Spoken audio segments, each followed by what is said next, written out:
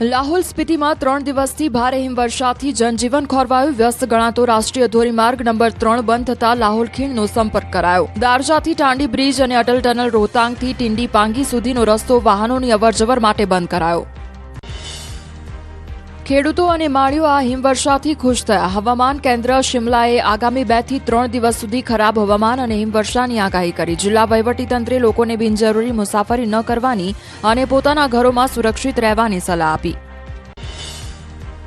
ગુલમર્ગમાં ભારે હિમવર્ષાથી રસ્તા લપસણા થયા અને જમ્મુ અને કાશ્મીર પોલીસ ટ્રાફિક જામ દૂર કરવા માટે ખડેપગે જોવા મળ્યા. ટાયરમાં સાંકળ વગર તંગ માર્ગમાં કોઈપણ વાહન ચલાવવા મનાઈ ફરમાવવામાં આવી. સાંકો લદ્દાખમાં સતત 2 દિવસથી ભારે હિમવર્ષાના કારણે કારગિલ જાંસ્કર હાઈવે 301 બંધ. ખરાબ હવામાનથી વાહન વ્યવહારને અસર થઈ. રસ્તો સાફ ન થાય ત્યાં સુધી હિમપ્રપાત સંભવિત વિસ્તારોમાં મુસાફરી ન કરવા તંત્રએ સલાહ આપી. સોનમર્ગ શહેર સફેદ ચાદરમાં લપેટાયું. હિમવર્ષાથી પહાડો પર જામ્યા બરફના થર. બરફની સફેદ ચાદરમાં લપેટાયેલી ખીણો પ્રવાસીઓને કરી રહી છે આકર્ષિત. કુલ્લુ જિલ્લામાં છેલ્લા 3 દિવસથી વરસાદ અને હિમવર્ષા યથાવત. ખેડૂતો અને માળીઓ વરસાદથી ખુશખુશાલ થયા. કુલ્લુ ખીણમાં લસણ અને ઘઉં સહિત અન્ય પાકોને નવું જીવન મળ્યું. ખેડૂતો માળીઓને સારી ઉપજની આશા જાગી. મનાલીના ઉપરના વિસ્તારોમાં હળવી હિમવર્ષા અને નીચલા વિસ્તારોમાં વરસાદ. ખીણમાં સતત ખરાબ હવામાનને ધ્યાનમાં રાખીને વહીવટીતંત્રે લોકોને સાવધાન રહેવાની અપીલ કરી. હિમવર્ષા થતાં મનાલી આવતા પ્રવાસીઓમાં જોવા મળ્યો ઉત્સાહ. ઉત્તરાખંડ ઉત્તરકાશી જિલ્લાના નીચલા વિસ્તારમાં હળવા વરસાદ બાદ મુખવામાં હિમવર્ષા થઈ. હર્ષિલ અને ગંગા ખીણમાં ભારે હિમવર્ષાના દ્રશ્યો સામે આવ્યા. પ્રવાસીઓ બરફવર્ષાનો આનંદ માણ્યો. બરફવર્ષાથી ઠંડીમાં પણ થયો વધારો. ઉત્તરકાશી જિલ્લાના ગંગોત્રી ધામમાં પણ હિમવર્ષા. સમગ્ર વિસ્તારમાં હિમવર્ષાથી ઠંડીનો પારો ગગડ્યો. આગામી 2 દિવસ સુધી ઉપરના વિસ્તારમાં હિમવર્ષાની સંભાવના વ્યક્ત કરાઈ. કાશ્મીર ખીણ તેમજ શોપિયાના પર્વતીય જિલ્લામાં વરસાદી માહોલ. પર્વતીય અને મેદાની વિસ્તારોમાં પણ હળવી હિમવર્ષા શરૂ. હળવી હિમવર્ષાથી વાતાવરણ ખુશનુમા બન્યું. જમ્મુ અને કાશ્મીરના ઉધમપુર જિલ્લામાં 2 દિવસથી અવિરત વરસાદ. હવામાન વિભાગે 28 ફેબ્રુઆરી સુધી વરસાદી માહોલ યથાવત રહેવાની આગાહી વ્યક્ત કરી. વરસાદથી પાકને નવજીવન મળતા ખેડૂતોએ રાહતનો શ્વાસ લીધો. રાજ્યમાં 24 કલાક ગરમીનું યલો એલર્ટ. દરિયાકાંઠા વિસ્તારમાં ભારે ગરમીની આગાહી. સમુદ્ર કિનારે ગરમ પવન ફૂંકાશે. 24 કલાક બાદ 2 થી 3 ડિગ્રી ઘટશે તાપમાન. રાજ્યના 4 જિલ્લામાં 38 ડિગ્રીથી વધુ તાપમાન નોંધાયું. 24 કલાક બાદ અકળાવનારી ગરમીથી મળી શકે રાહત. 24 કલાક બાદ પારો 2 થી 3 ડિગ્રી ગગડી શકે. 28 ફેબ્રુઆરીથી પવનની ગતિમાં થઈ શકે વધારો. 28મી બાદ કેટલાક ભાગમાં હળવી ઝાકળ વર્ષાનું અનુમાન. ઉનાળાની શરૂઆતમાં જ ભયંકર ગરમીની શરૂઆત. કેટલાક વિસ્તારમાં તાપમાન 40 ડિગ્રીને પાર. વ્યારામાં સૌથી વધુ 41.5 ડિગ્રી, ગોધરામાં 40.3 ડિગ્રી, જ્યારે નવસારીમાં 40 ડિગ્રી નોંધાયું તાપમાન. હળવદમાં મહત્તમ તાપમાન 39.3 ડિગ્રી નોંધાયું. વલસાડમાં 39.1 ડિગ્રી, ડાંગમાં 39.6 ડિગ્રી, જ્યારે જૂનાગઢમાં નોંધાયું 39.1 ડિગ્રી તાપમાન. ફેબ્રુઆરીમાં જ કાળઝાળ ગરમીથી હાહાકાર. ગરમીમાં શેકાવા માટે તૈયાર રહેજો. 6 માર્ચથી તાપમાનમાં વધારો થવાની અંબાલાલની આગાહી. માર્ચની શરૂઆતમાં વાદળછાયું વાતાવરણ રહી શકે. આવતીકાલથી 6 માર્ચ સુધી તાપમાનમાં જોવા મળશે ઘટાડો. ગરમીને લઈ અંબાલાલ પટેલની આગાહી. ખેડૂતો માટે ફરી એકવાર માઠા સમાચાર. માર્ચ મહિનામાં પશ્ચિમી વિક્ષેપો આવશે. આવતીકાલથી તાપમાન ફરી થઈ શકે ઘટાડો. વડોદરાના વાઘોડિયા રોડ પર આવેલી નારાયણ વિદ્યાલયમાં ધરણા. શાળાના વિદ્યાર્થીઓ, વાલીઓ અને શિક્ષકો ધરણા પર બેઠા. સ્કૂલની દિવાલ ધરાશાયી થતા 8 મહિનાથી સ્કૂલ બંધ હોવાથી રોષ. શાળાના ટ્રસ્ટીઓના ડખાથી વિદ્યાર્થીઓ રઝળ્યા. કોર્પોરેશને સ્કૂલને જમીનદોસ્ત કરી નવેસરથી બાંધકામ કરવા સંચાલકોને નોટિસ પાઠવી. વાલીઓને અંધારામાં રાખી નવા એડમિશન લીધા હોવાનો દાવો. સ્કૂલ શરૂ ન થાય ત્યાં સુધી શિક્ષણનો બહિષ્કાર કરવાની ઉચ્ચારી ચીમકી. સ્કૂલ ફરી શરૂ કરવાની માંગ. એએમસીમાં સત્તાધારી પક્ષ સામે તેના જ કાઉન્સિલરનો વિરોધ. ભાજપના નારાજ કાઉન્સિલરોએ અસારવાની સબ ઝોનલ ઓફિસરને કરી તાળાબંધી. અધિકારીઓ યોગ્ય જવાબ ન આપતા હોવાનો આરોપ.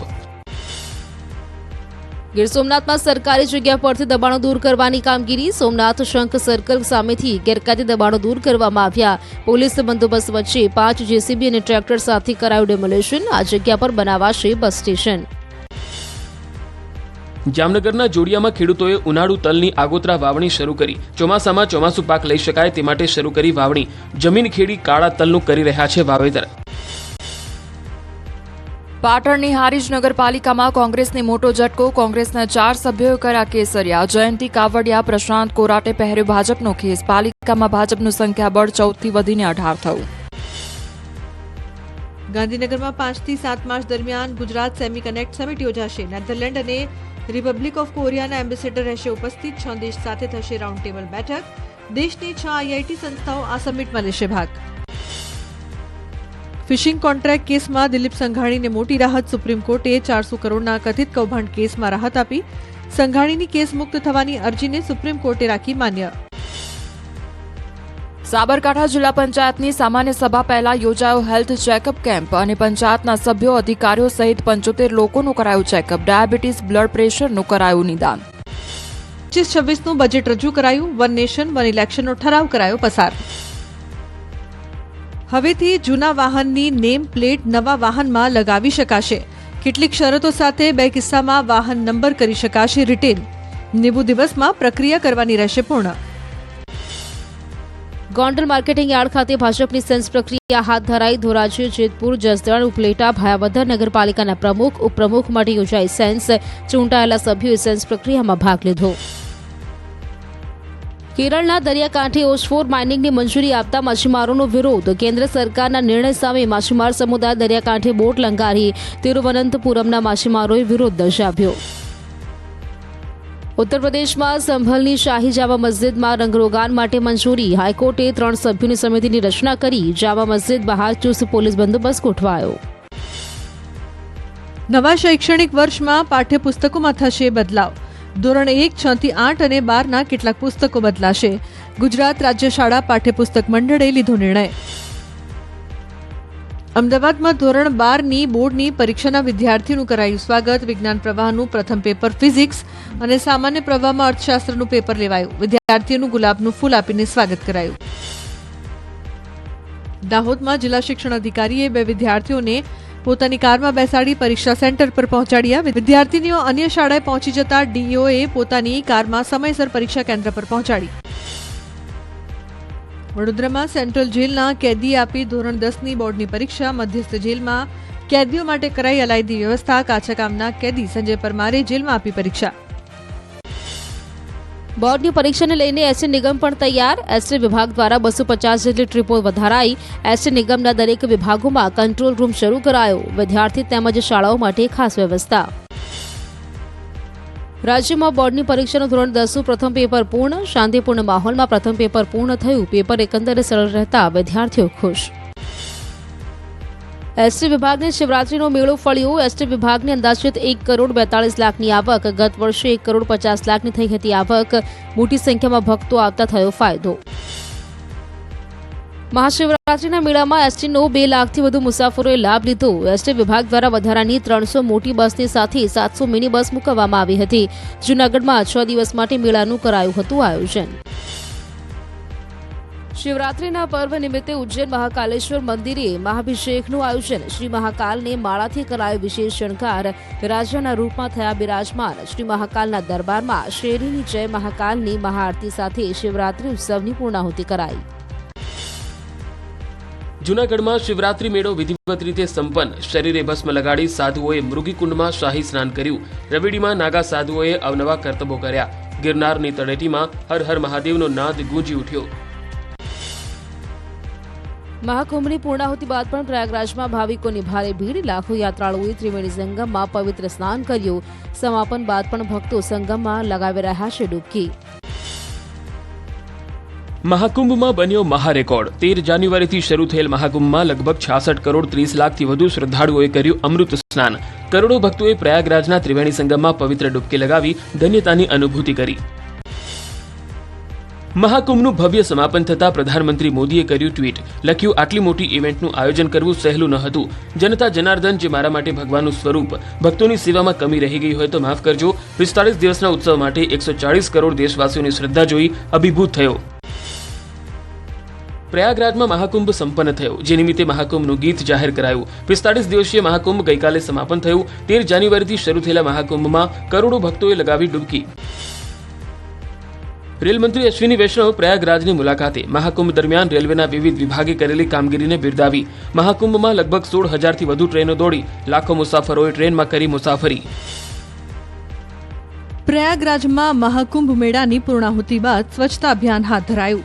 અરેલ ઘાટ ખાતે સ્વચ્છતા અભિયાનમાં મુખ્યમંત્રી યોગી આદિત્યનાથે પણ હાજરી આપી. અરેલ ઘાટ પર પૂજા કરી આદિત્યનાથ સહિતના નેતાઓ સ્વચ્છતા અભિયાનમાં જોડાયા. મહાકુંભ મેળા 2025ના સફળ આયોજન બાદ સ્વચ્છતા અને આરોગ્ય કર્મીઓનો સન્માન સમારોહ યોજાયો. મુખ્યમંત્રી યોગી આદિત્યનાથે હાજરી આપી સ્વચ્છ કુંભ કોષ અને આયુષ્માન યોજનાના પ્રમાણપત્રોનું વિતરણ કર્યું. તમિલનાડુના રામેશ્વરમમાં ભક્તોનું ઘોડાપુર. સ્વર્ગનો દ્વાર ગણાતા ધામમાં માસી અમાસ નિમિત્તે ભક્તોએ રામેશ્વર અગ્નિ તીર્થ કદલમાં પવિત્ર સ્નાન કર્યું. દરિયા કિનારે ભક્તોએ પિતૃ માટે પૂજા કરાવી. અંબાજી મંદિર ટ્રસ્ટને 9 લાખની કિંમતની ચાંદીનું મળ્યું દાન. માતાજીને રાજભોગ જમાડવા માટે 7 કિલો ચાંદીનો થાળ અને 5 મંગળ દીવાની આરતી ભેટમાં અપાઈ. મૂળ અમદાવાદ અને હાલ ન્યૂ જર્સી રહેતા ભક્તે આપ્યું દાન. ગૃહમંત્રી અમિત શાહ 1 માર્ચથી 2 દિવસના ગુજરાત પ્રવાસે આવશે. 2 માર્ચે વિજાપુરના કાર્યક્રમમાં આપશે હાજરી. વતન માણસાની લેશે મુલાકાત.